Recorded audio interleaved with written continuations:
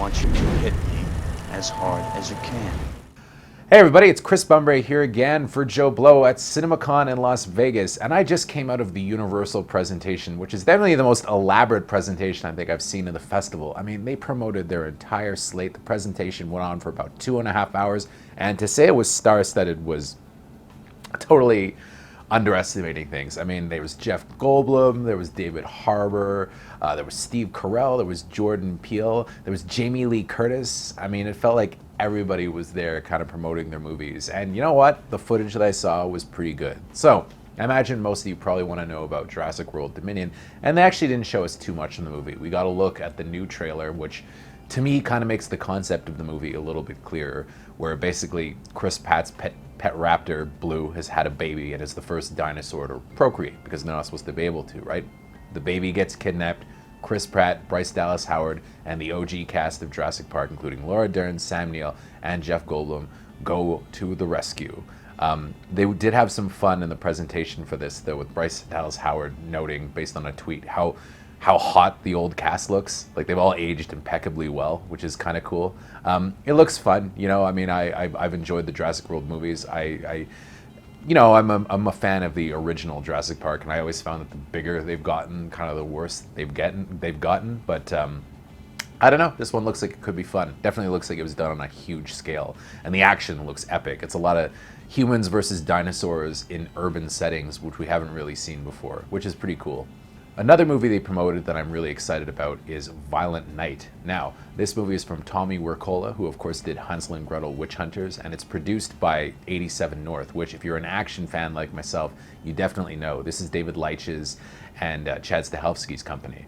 They did Nobody, the John Wick series, Atomic Blonde, and they have this really cool way of filming action, and this is their attempt, I think, to turn David Harbour into an action star, kind of the way they did with Bob Odenkirk, but the twist on this is really good. So basically, a team of terrorists or something infiltrate this mansion where this family is living with young kids, and the kids are waiting for Santa to deliver their presents, right?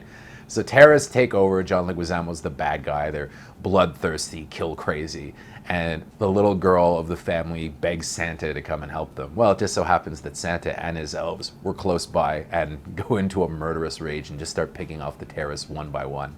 It looks like Santa and his elves in this are very skilled in martial arts, firearms. Santa uses a hammer, a big mallet to kill people with, and it looks ultra gory, ultra violent, and also ultra funny. Imagine Die Hard, but with Santa Claus as John McClane. That's pretty much what you're getting here, and I think that David Harbour seems like he's taking on the role with relish, and it looks really fun. It looks kind of like Nobody, so I really think they're gonna do for Harbour what they did for Odenkirk in that movie. So David Harbour, new action star, who knows? Could happen. And it comes out at Christmas time, and it's definitely one of the Christmas movies I'm looking forward to the most. I also got an early look at some trailers for Minions, The Rise of Gru, and of course, Puss in Boots: The Last Wish, which, you know, to me didn't make a huge impression. The biggest thing about Puss in Boots: The Last Wish, I think, is that, you know, Salma Hayek plays the voice of a cat in it, along with Antonio Banderas' Puss in Boots, so it's like a reunion from Desperado, which is kind of cool. The other movie that really kind of made a big impression on me was Nope. So Jordan Peele basically came out before the movie and told people not really to reveal the information that he's giving away to the audience, and we have to respect that.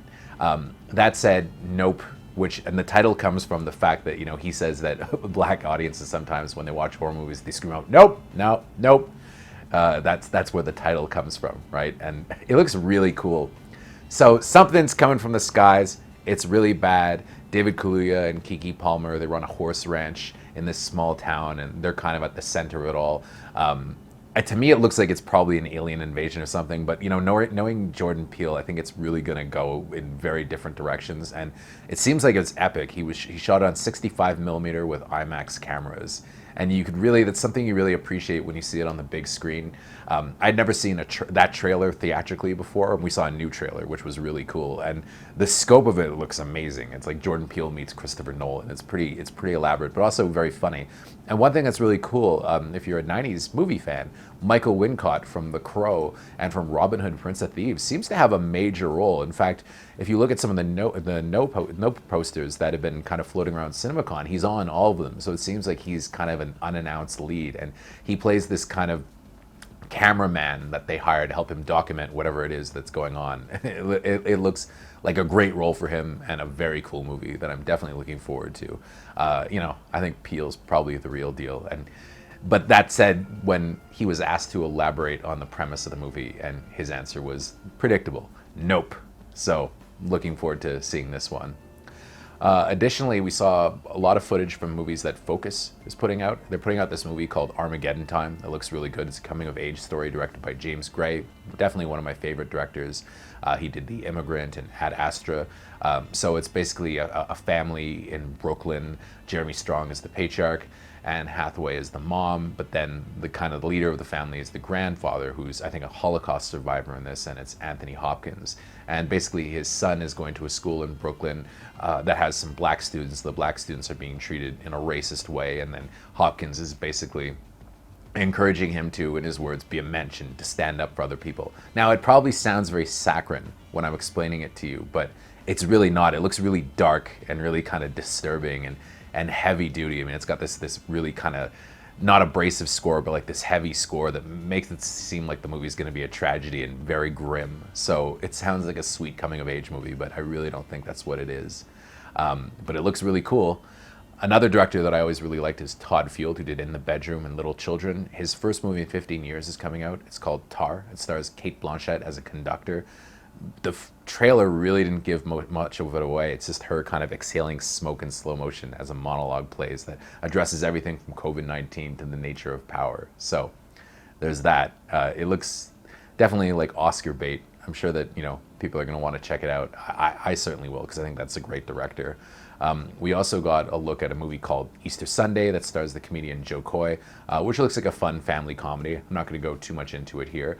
I think that if you like that kind of thing, this is definitely a movie that you'll enjoy. One thing that's worth noting, though, is Tia Carrere from Wayne's World is in it as kind of like not one of the big matriarchs of the family, and is doing kind of a comedy role with big hair and stuff. And I've never seen her in a comedy besides Wayne's World where she gets to really kind of chew the scenery. It looks like she's having fun.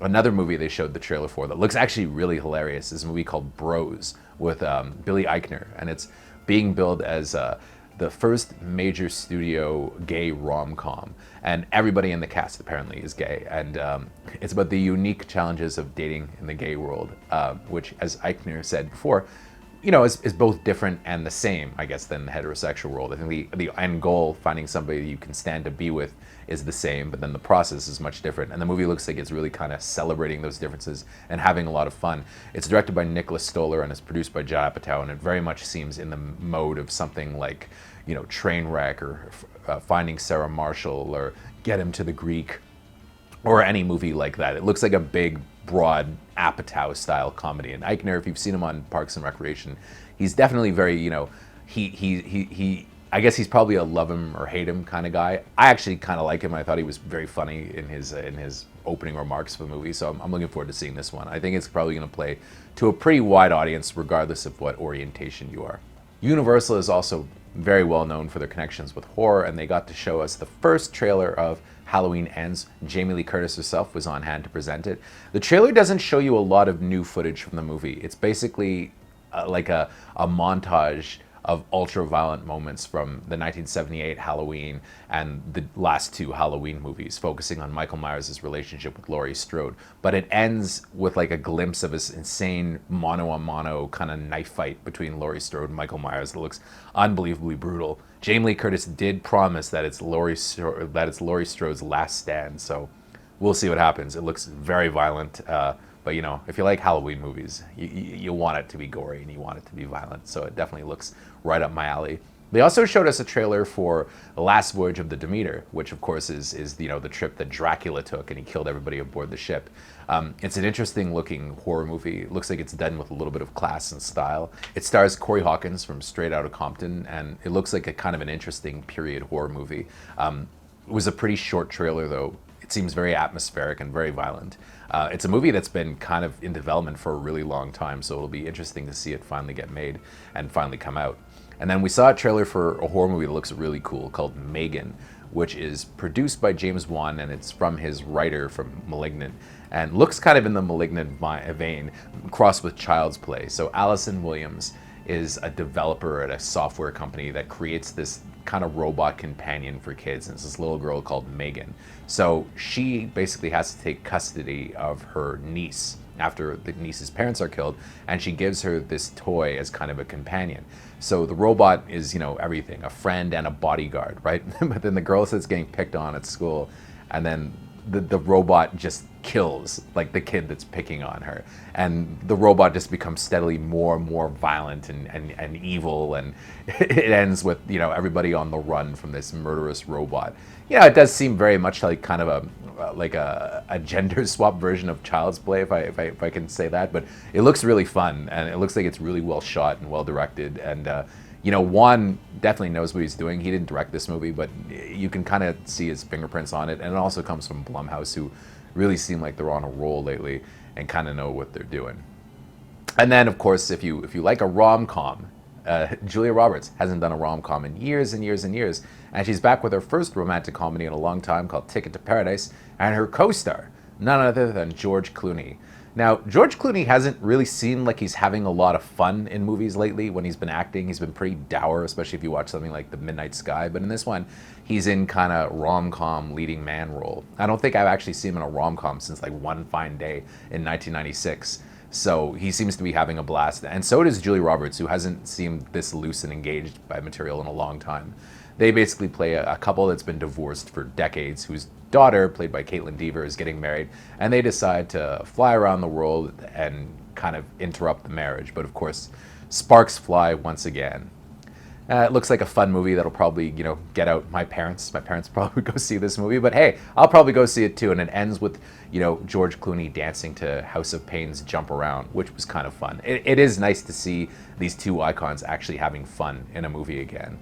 So that's the wrap for the Universal panel. It was something. We saw a lot of footage. In terms of movies I'm most excited for, I gotta say Armageddon Time from James Gray looks great, but so does Violent Night with David Harbour. It looks like a super fun movie that might sweep the Golden Schmoes, our JoBlo Awards ceremony next year. So I'll be back with more with the panels for Paramount, a screening of Top Gun Maverick coming up, and hopefully some footage from Expendables and John Wick 4 coming up. So stay tuned to JoBlo Originals for more updates from CinemaCon.